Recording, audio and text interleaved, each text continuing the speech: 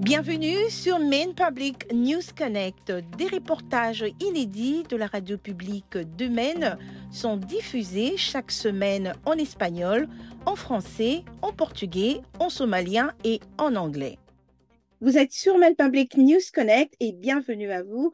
À la une de ce bulletin d'information, nous parlerons d'un seul point concernant les résultats des élections de mi-mandat et du gouverneur qui ont eu lieu le mardi dernier, 8 novembre. Je suis Victoire Liwanga. Nous sommes aujourd'hui le vendredi 11 novembre 2022 et voici tout de suite les principaux titres de cette semaine. Mana Abdi et Deka Dalak sont entrés dans l'histoire depuis le mardi en devenant les premières somaliennes américaines élues à l'Assemblée législative de Maine. Abdi, qui est une démocrate de la ville de Lewiston, a remporté sa course sans opposition après que son adversaire républicain se soit retiré de la course en août dernier. Madame Abdi a déclaré que ses principales priorités seront de remédier à la crise des logements de l'État et d'augmenter le financement de l'éducation. Par ailleurs, le mercredi dernier, Madame le maire de la ville de South Portland, Deka Dalak, était en tête du scrutin à 68% contre 32%.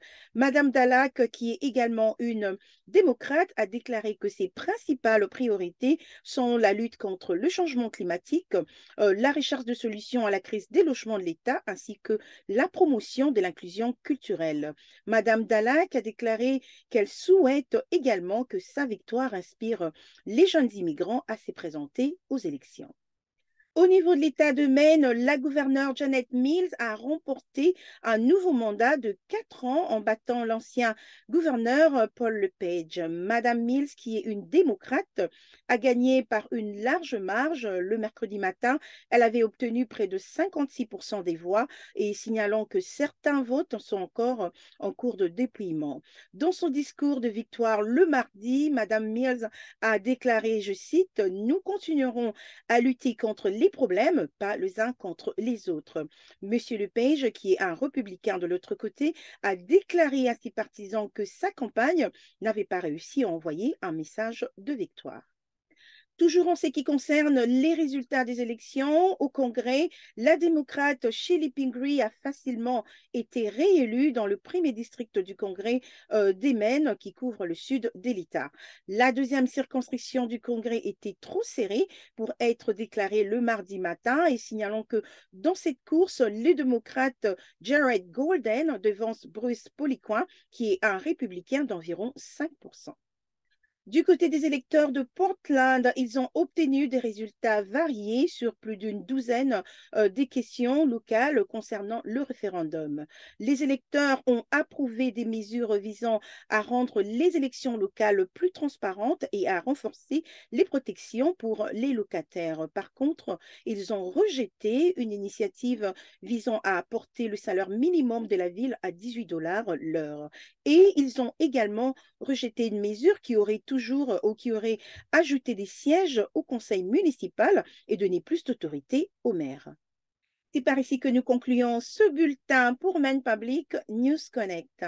Je suis Victoire Liwanga. Merci d'avoir été avec nous et n'hésitez pas à aimer, à laisser un commentaire, à partager ce bulletin et surtout, n'hésitez pas à nous faire part de vos réflexions, vos idées et vos sujets d'information. Vous pouvez vous abonner à notre bulletin d'information ainsi qu'à nos groupes WhatsApp en utilisant le lien ci-dessous dans notre description afin de recevoir des vidéos dans votre langue préférée.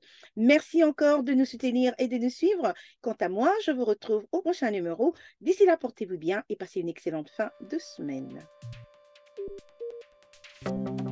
Maine Public News Connect est en partenariat avec des organismes exceptionnels de partout dans le Maine qui s'engagent à fournir un accès aux nouvelles et aux informations importantes pour tous. Nous tenons à remercier tout particulièrement les organismes suivants pour leur soutien et leurs efforts. Maine Immigrant Rights Coalition, Present Maine, les communautés congolaises et angolaises de Maine, Amjambo Africa, Catholic Charities of Maine, Greater Portland Immigrant Welcome Center, Portland Adult Education, Portland City Office of Economic Opportunities, Prosperity Maine, Maine Health Access Foundation ainsi que l'organisme Maine Humanities Council. Maine Public News Connect a été rendu possible par des donateurs individuels, des entreprises et des fondations de partout dans le Maine, et plus particulièrement par Seaport Credit Union, Hannaford Supermarkets, IDEX, Kohu and Patricia Ewan, Maine Housing et Sam L. Cohen Foundation. Merci pour votre précieux soutien. Maine Public News Connect est aussi rendu possible par Kohu et Patricia Ewan qui s'engagent à combler les différences culturelles dans nos communautés. Juntos. Ensemble. Warajir. Junto. Seaport Credit Union. Together. Chez Maine Housing, la maison est un confort, la maison est la clé. Maine Housing est là pour aider à rendre les maisons plus chaudes, plus sûres et plus abordables pour les habitants de Maine. Pour plus d'informations, visitez le site internet www.mainehousing.org pour une liste complète des services.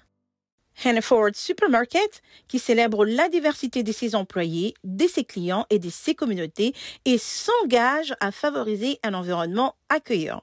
Ensemble, ils sont plus grands que des produits d'épicerie. Et pour en savoir plus, rendez-vous sur le site internet www.hannaford.com. Si vous souhaitez également soutenir ce projet, veuillez contacter Corey Morrissey au 207 232 02 41. 207 232 02 41.